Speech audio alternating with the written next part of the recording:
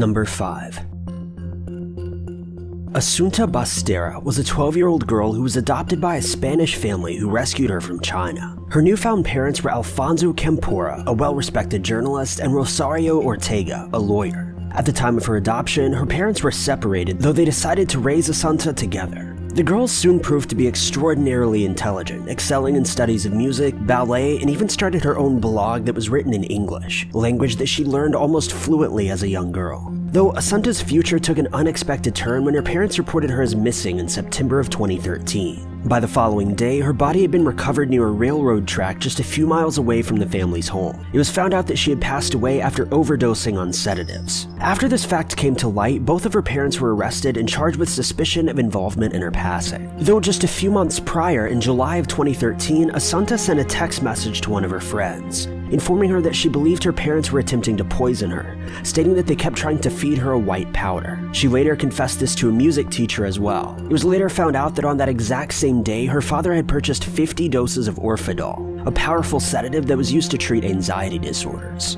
Following this, Assunta's teacher began to notice her school effort decline, as she was often unable to keep her eyes open while in class. After she ultimately passed away, an autopsy revealed that she'd been taking a large quantity of sedatives for quite some time, and on the night of her passing, her dosing was abnormally higher than usual. After this, the parents' home was extensively searched, and when combing through the files of Assunta's father's camera, police found numerous erotic photos of Assunta that had been taken relatively recently. According to her father, these photos were taken out of context, and Assunta had actually asked for these photos to be taken. Though this finding made it much more difficult for police to imagine what may have been going on while Assunta was under the influence of these heavy sedatives. Eventually, in October of 2015, Assunta's parents were tried and convicted of malicious involvement surrounding her passing. It was found out that Assunta was set to inherit a large amount of money from her grandparents, but if she were no longer alive, that money would have defaulted to her parents. Police believe that this may have been the mother's reasoning behind her daughter's demise, though her father still seems to have had some sort of sexual interest.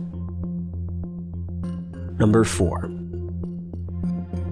In April of 1988, a man by the name of Bryson was held captive by a delusional man, known by most as the Butcher of Kansas City. This man was known to have kidnapped and sexually assaulted numerous grown men, before ultimately chopping them up and disposing of their bodies in dog food bags, which would then be tossed into a nearby dumpster. Though police say that the man, named Robert Bordella, would have likely gotten away with his crimes had it not been for a diary that he kept detailing his every action that he took against his victims. His methods of self-proclaimed punishment for his victims included caulking their ears shut, injecting drain cleaner into their vocal cords, among many other things. Robert kidnapped his final victim, Bryson, who was 22 at the time, when he found him hitchhiking on a nearby road one evening. He was kept in captivity for many days before police were eventually tipped off about what was going on. They arrived at Robert's home just as he was pulling into his driveway. He asked them what was going on, and they immediately arrested him for sexual assault. It turns out Bryson had managed to escape the room in which he was being held captive. He then exited through the window of an upstairs bedroom, grabbed onto a drainage gutter,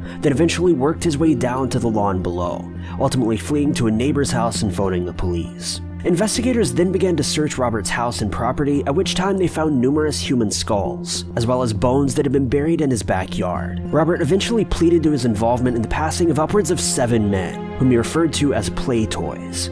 He received 6 life sentences with no chance of parole, though he ultimately passed away from a heart attack just 4 years after his incarceration. When sorting through the evidence that was found at Robert's home, police found a roll of film that had been used to take photos of nearly all of Robert's victims, with one of these photos even showing a restrained Bryson. It's truly disturbing to think of the things that may be going on behind closed doors, even in a higher-end neighborhood such as the one that Robert lived in. Number 3.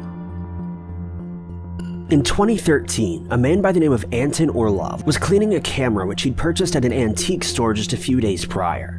Though in doing so, he found a series of undeveloped photos that had been left in the chamber of the camera for nearly 100 years, detailing soldiers in World War I. The man says that he was originally unsure of what he had found, though after he scanned the images, he realized that they were photos taken in France sometime between 1914 and 1918. He says that he had purchased old cameras like this before, but never found any photos that were quite this interesting or significant. He then uploaded the set of 8 photos to his blog, which he used to document historic photography. In the photos, you can see a series of French buildings that have been badly battered by gunfire and explosions. Another image shows 2 soldiers standing near a plane crash on horseback. The man says that he has no plans to sell the original photo negatives and has made the images available for free download on his blog. Have a look.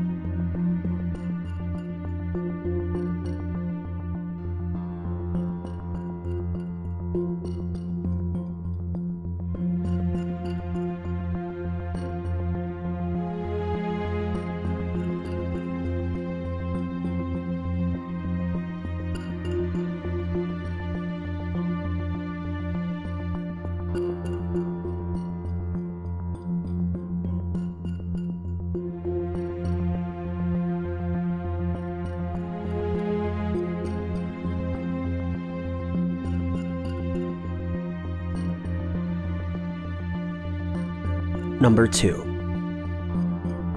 An antique camera from the 1930s was recently found by a photographer in Portland, who found the item at a Goodwill store almost by accident. Similar to the last story, the photographer purchased the camera, then noticed that the film was still inside of it. She then took the film to the nearest shop where it was developed and revealed never-before-seen images of the eruption of Mount St Helens, which took place on May 18, 1980. This particular eruption of Mount St Helens was one of the largest and most destructive of its kind, sending an unforgettable amount of ash into the air and leveling any nearby forest and homes. Almost 60 people were reported to have passed away in the blast that caused an estimated $1.1 billion in damages. When interviewed, the photographer who found the photos said, "Mount St Helens is my favorite place. My family takes a day trip up to Lewitt Lookout every summer.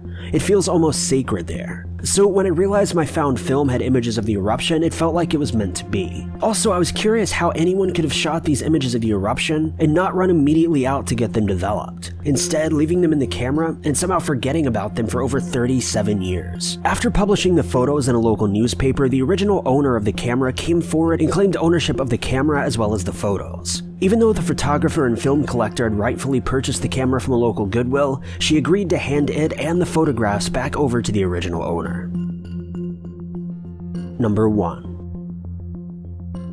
In Omagh, North Ireland, back in 1988, a series of explosions were set off that had been attached to a car in a busy downtown area. These explosions ultimately ended the lives of 29 people and wounded approximately 220 others. The event was concocted by a group of individuals who were adamantly opposed to the ceasefire agreement that had been made between the British and Irish governments, a topic that was heavily debated and polarizing at the time. The explosions caused massive outrage in the local area, national area, and even around the world. Immediately after it took place, members of the party who orchestrated the event apologized, stating that it was never their intent to harm innocent civilians. Later on, it was revealed by numerous sources that the United States, British, and Irish government all knew that this event was likely going to take place, yet they did nothing to stop it. It was then revealed in 2008, over 20 years later, that the British government was in direct contact with the individuals involved as they were driving their car to its final destination, but they never sent any sort of police force out to the area to intervene. When police arrived at the scene to investigate and clean up the rubble that was left behind, they found a camera that had been almost entirely destroyed, though its film canister was still intact.